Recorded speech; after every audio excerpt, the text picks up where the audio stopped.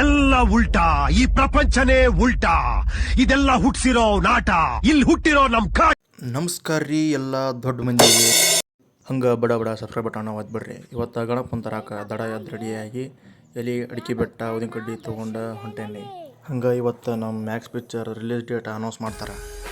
ಗಣಪ ಇರೋ ಜಾಗಕ್ಕೆ ಹೋದೆ. ಅಷ್ಟೊತ್ತಿಗೆ ಒಬ್ಬೊಬ್ಬರು ಗಣಪನ ಅವ್ರವ್ರ ಮನೆಗೆ ಒಯ್ಯಾಕೆ ರೆಡಿ ಆಗಂತಿದ್ರು. ತಂದ್ರೆ ನೋಡ್ರಿ, ಇದು ನಮ್ಮ ಗಣಪ ಹೆಂಗೈತಿ. ಗಣಪ ಪೂಜೆ ಮಾಡಿ ಮನೆ ಕಡೆ ತೊಗೊಂಡು ಬಂದಿರಿ. मनी बंद्या आपल्याला फक्त दोनच गोष्टी आवडतात. गणपतीला पूजा ಮಾಡಿ ಒಳಗೆ ಕರ್ಕೊಂಡ್ರೆ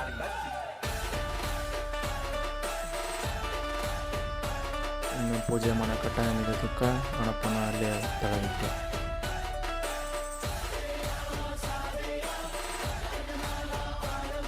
ಇದು ನಮ್ಮ ಮಾಮಾರ ಮನೆಯಿಂದ ಗಣಪ ನಾಷ್ಟಕ್ಕೆ ಉಪ್ಪಿಟ್ಟು ಮಾಡಿದ್ರೆ ಬರೋಬ್ಬರಿ ಉಪ್ಪಿಟ್ಟು ಹೊಡೆದು ಗುಡಿ ಕಡೆ ಹೊಂಟ್ವಿ.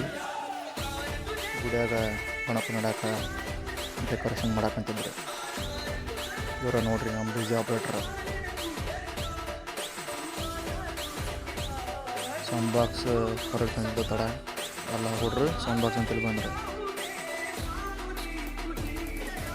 ಭಾಳ ದಿನ ಆಗೈತೆ ರೀ ಸೌಂಡ್ ಬಾಕ್ಸ್ ಹಚ್ಚಿ. ಅದಕ್ಕೆ ಎಲ್ಲ ಸ್ವಚ್ಛ ಮಾಡಾಕಂತೈತಿ. ಧೂಳ ಹೊಡೆದು ಬರೀ ಇಂಥದೆಯ. ಇವರು ನಮ್ಮ ಗುಂಪಿನ ನಾಯಕ ನೋಡ್ರಿ, ಕೆಲಸ ಮಾಡಂಗಿಲ್ಲ ಇವರು.